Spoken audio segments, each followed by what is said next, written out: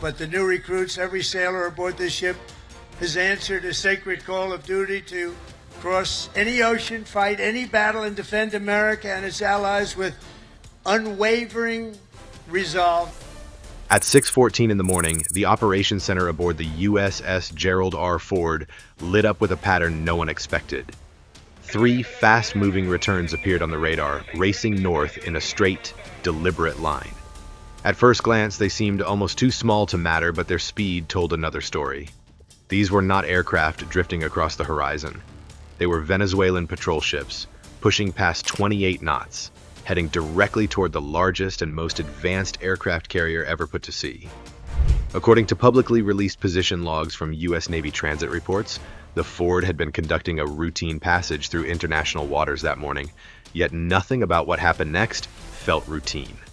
Up on the flight deck, the rhythm of early operations continued with practiced calm. Crew members moved equipment, checked tie-downs, and prepared for the day's flight cycle, unaware of the tension building below. Meanwhile, inside the Combat Information Center, every conversation stopped. The atmosphere tightened as operators tracked the incoming vessel's closing distance at a speed that left little room for error. Their wakes cut clean scars across the surface of the sea, a visual confirmation later supported by infrared imagery collected during the incident and noted in several defense briefings following the encounter.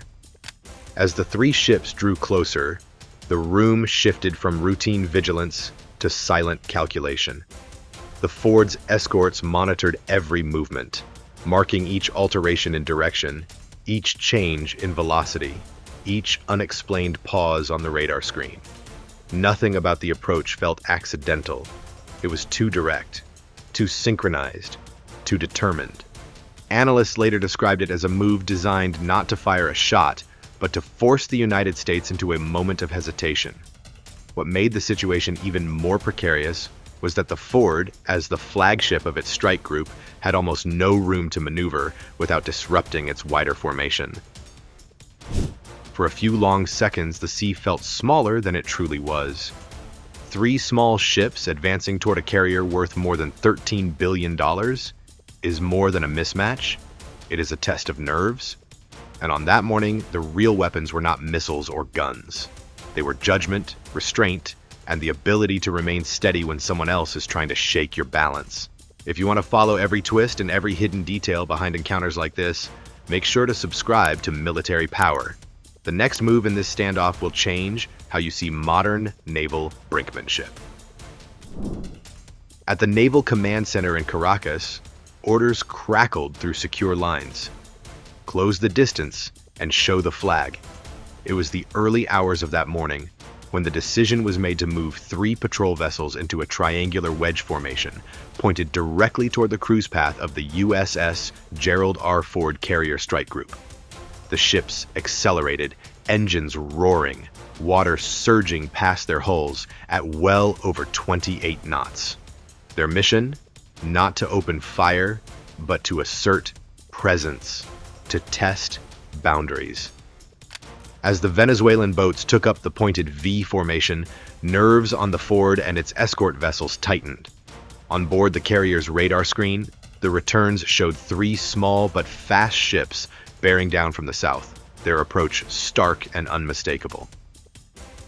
From the United States side, routine radio hails were sent, standard safety check-ins, recognition signals, calls to identify and communicate. But in this moment, the responses came back empty.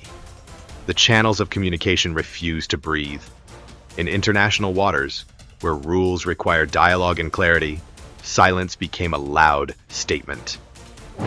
This tactical radio silence created more tension than any missile launch might. Without hails accepted, without responses given, the American command team on the carrier group began to suspect that what they were facing was no incidental encounter. It looked like a carefully planned nerve test. Analysts later observed that the timing coincided with other pressure moves by Venezuela. Now, mobilization of forces along its northern coast, warnings issued in state media, messaging about defending sovereignty. Meanwhile, aboard the destroyer escort USS Gravely, extra vigilance kicked in. The Gravely broke from the carrier's flank and repositioned to protect the Ford's vulnerable side, radar-trained, tracking sensors locked. The fact that the Gravely had recently operated near the region underscored the seriousness of the moment. The feed into its combat information center registered not only the position of the Venezuelan ships, but their course, speed, spacing, every metric screaming that this was not naval traffic, this was a move. As the three vessels approached, the V formation maintained tightening geometry. This was no random patrol. The formation suggested a single guided intent: to enter the zone of the carrier's march, to force the U.S. to define its boundaries. International law allows the Ford and its strike group to navigate in international waters, but the calculation changed when the distance closed. With each passing minute, the gap shrank, and the American watch team sat waiting. Would the Venezuelan ships accelerate? Would they hold course? Would they cut across the carrier's bows or press the edge of safe engagement? Inside the carrier's CIC, the normal ambient hum of sonar pings and radio produces shifted into a tense hush. The watch officers noted that the Venezuelan group had made no attempt to respond to hailed communications. At sea, radio silence in the face of questioning is itself an act. That silence meant that the challengers were not there to play by the usual rules. Documents from U.S. naval strategy journals describe such silence as a hallmark of gray zone operations, where actions are calibrated to provoke but stop short of open combat. Then came the twist. The gap closed to less than 1,000 yards. At that point, the vessels were inside a range seldom crossed during standard peacetime carrier transits. The Ford group's escorts braced for potentially hostile moves while still determined to maintain the carrier's course and mission. No orders to fire were given, because none were needed yet. The deterrent effect of presence, posture, and readiness was doing the job. The Americans held their course. The Venezuelan boats sustained their formation and speed for several minutes, then gradually pivoted, eased back, and eventually withdrew without a shot being fired. The encounter ended as quickly as it had begun, but the meaning lingered. This was a test. It was a message. Washington emerged unshaken, not because of gunfire, but because the carrier strike group held its tempo and did not yield. In this phase of the story, the buildup, the silent radio, the closing gap, the stakes became clear. It was not simply a show of ships, it was a rehearsal of escalation. The Venezuelan move demonstrated capability and daring. The U.S. response demonstrated restraint, readiness, and discipline. And in that measured silence lies both the danger and the power. As the three Venezuelan patrol ships closed in on the carrier strike group, the situation shifted from a high-speed approach into a tense ballet of naval positioning. At only a few nautical miles out, the guided missile destroyer USS Gravely peeled away from its home flank alongside the carrier and slipped into position to protect the left flank of the USS Gerald R. Ford.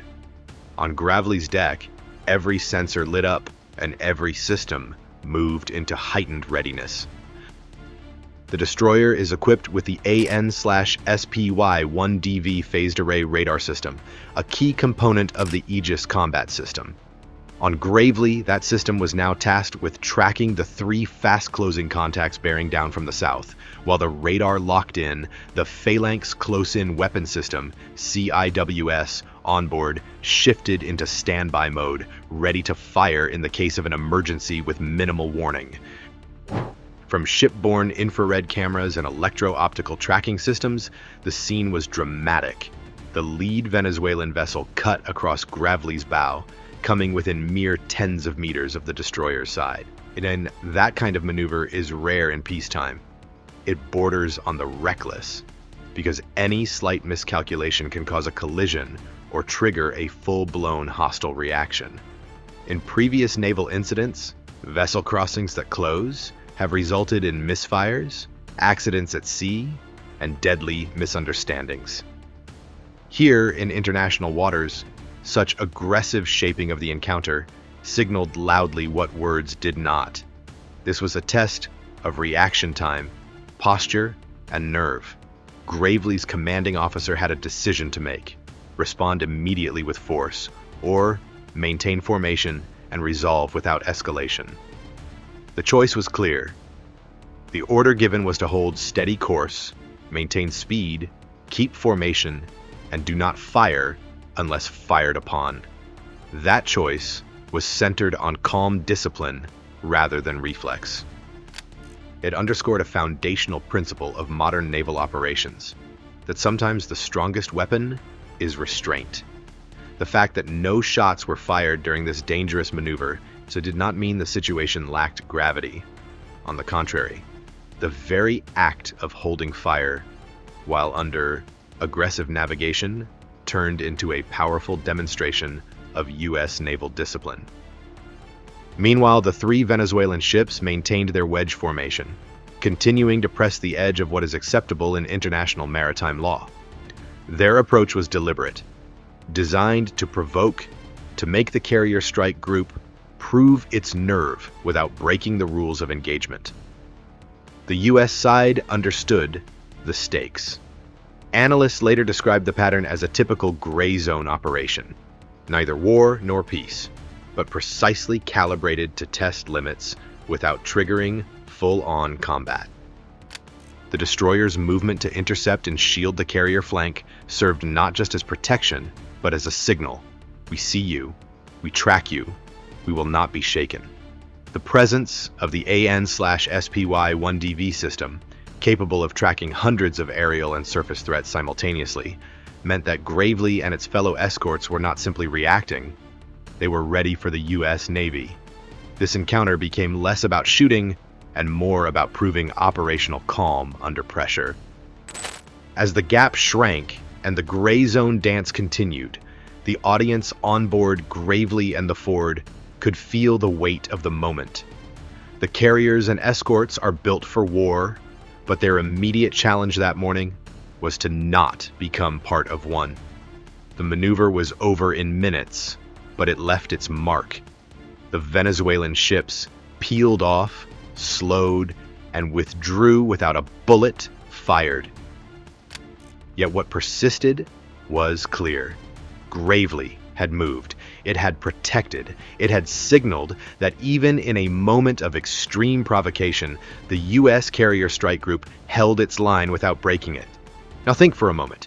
If you were commanding the Gravely in those seconds, would you have accelerated into the formation, fired a warning shot, or held your hand steady and relied on posture? At the moment when the distance between the vessels plunged into the most critical zone, mere nautical miles separated the three Venezuelan patrol ships and the U.S. escort fleet, everything changed. The destroyer USS Gravely broke away from the protective screen of the carrier group and moved into a position to guard the flank of the USS Gerald R. Ford. This maneuver shifted the encounter into a direct confrontation. With its radar system locked and weapon systems switched to heightened readiness, Gravely readied itself for whatever might come. On the destroyer, the AN/SPY-1DV phased array radar system tracked every movement of the incoming formation. Although the technical details of the system might escape general viewers, the truth was simple. Gravely was looking, it was locked, and it was ready.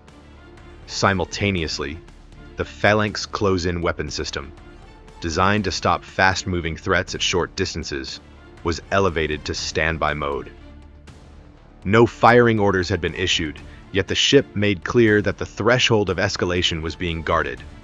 According to recent open-source naval records, Gravely docked near Trinidad and Tobago on the 26th of October 2025, amid rising tensions with Venezuela. The critical moment, however, came when the lead Venezuelan vessel executed a sharp crossing maneuver. Infrared camera feeds and electro-optical imagery aboard the U.S. ships recorded the smaller craft cutting across Gravely's bow at dangerously close range. Witnesses noted that they passed within mere tens of meters of each other, an extraordinarily narrow gap given the size and speed of both ships. In such an environment, any small miscalculation can trigger a collision or an unintended exchange of fire. Operational analysts later described this exact move as not only provocative, but dangerously close to turning a show of force into a full-scale crisis. Yet despite the proximity and the escalating risk, Gravely did not fire. The commanding officer's decision was to hold course, maintain formation, and avoid any provocative action. The guiding principle was clear: protect without becoming the provoker. The formation of the carrier strike group remained steady. The flight deck of the Ford continued its scheduled operations, and the escorts held shape even as the Venezuelan ship sustained the pressure. What many observers called a moment of truth became a display of restraint. From a broader perspective, this small but intense crossing was much more than a naval stunt. It was a message. In the gray zone of modern naval competition, where power is demonstrated not always by missiles, but by posture, readiness, and nerve, a single 5-second crossing can speak volumes. No shot was fired, yet the implications hung heavily in the air. The Venezuelan side withdrew slowly, easing back to the south, their wedge formation breaking, and the approach ended. The U.S. carrier group resumed its mission without disruption, but the message had been sent and received. The confrontation ended. But what really began was a war of narratives, of who tells the story, who defines the boundaries, and who holds their nerve longest. Participants and analysts alike recognized that this incident was less about bullets and more about broadcast, less about damage done, and more about perception controlled.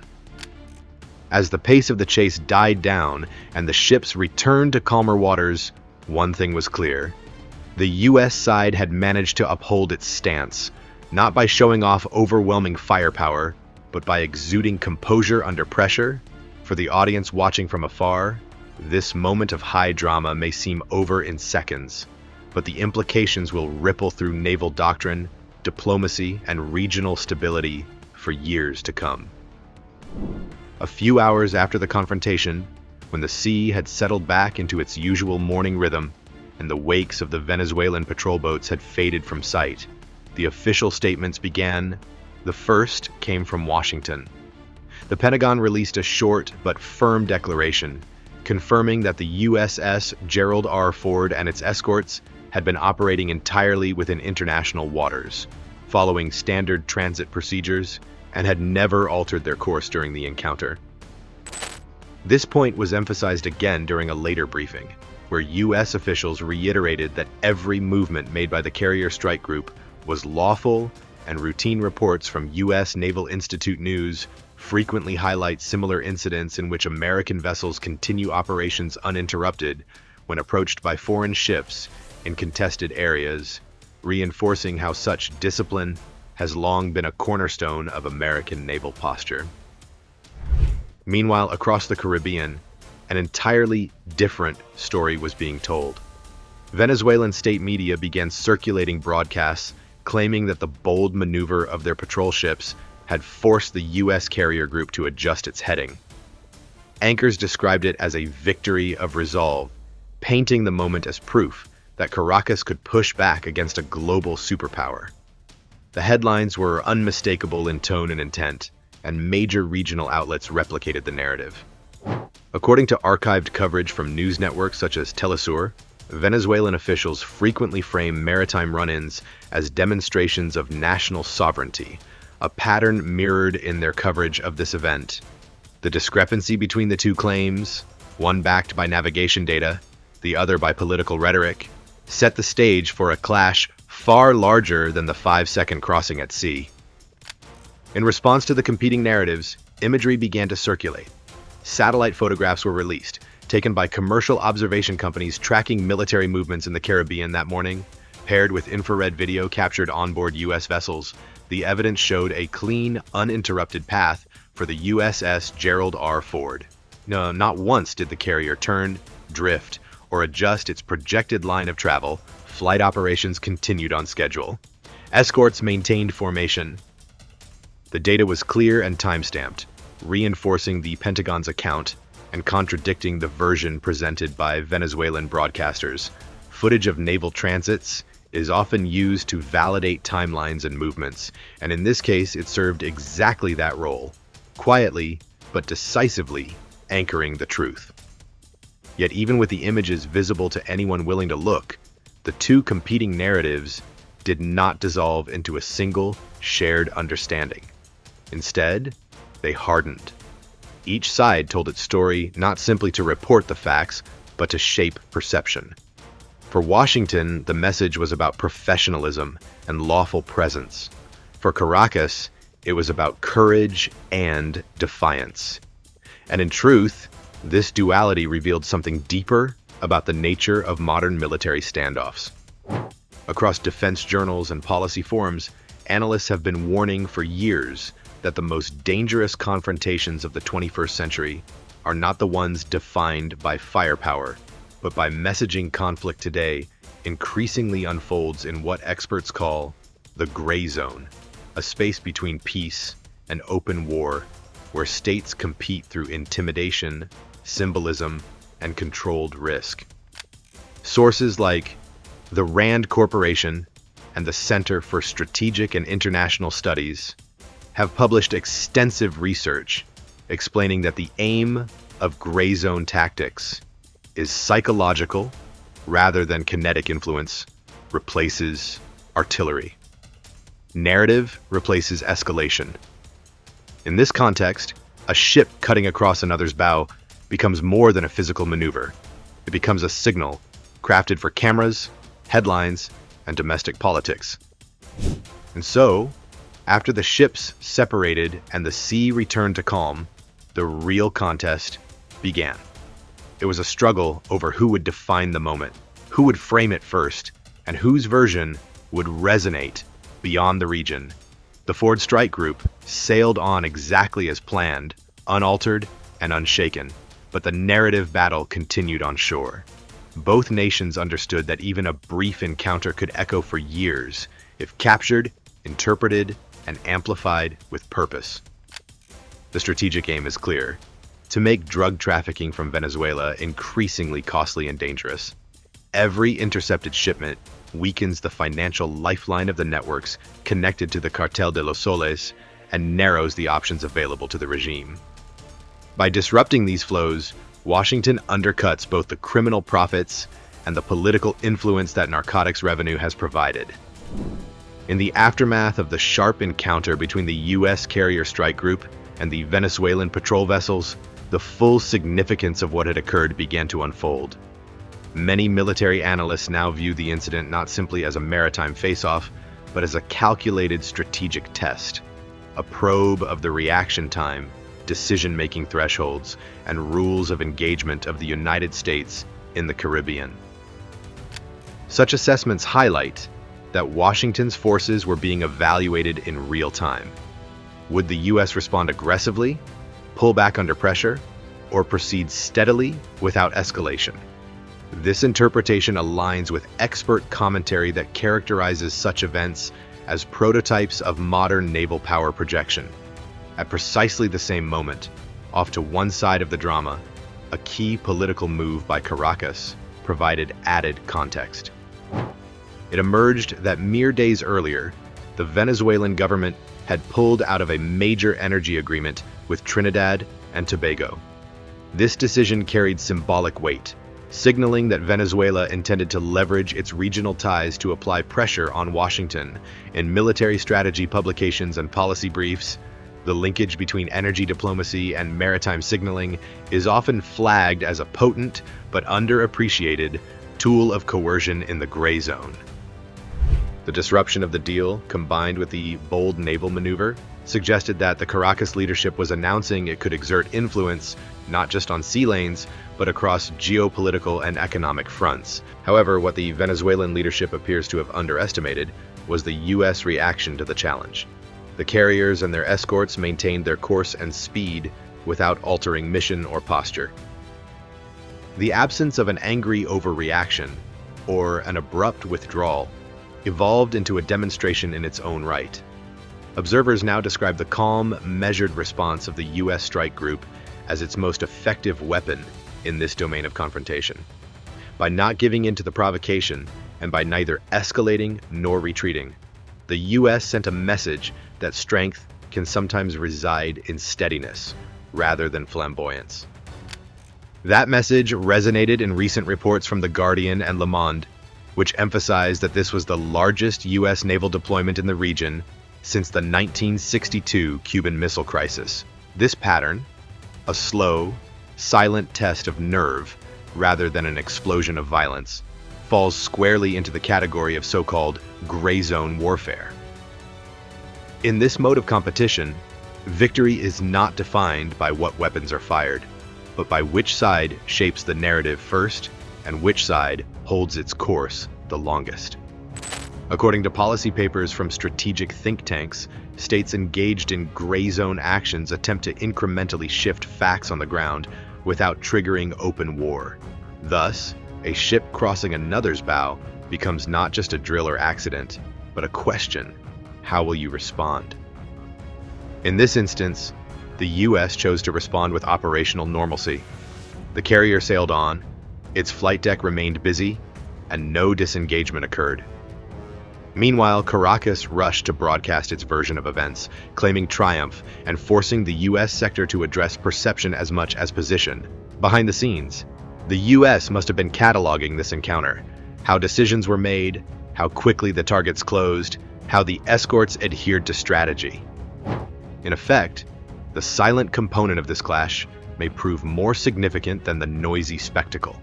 This moment then, the quiet boats, the still radar screens, the choice not to fire, captures a new paradigm of power at sea.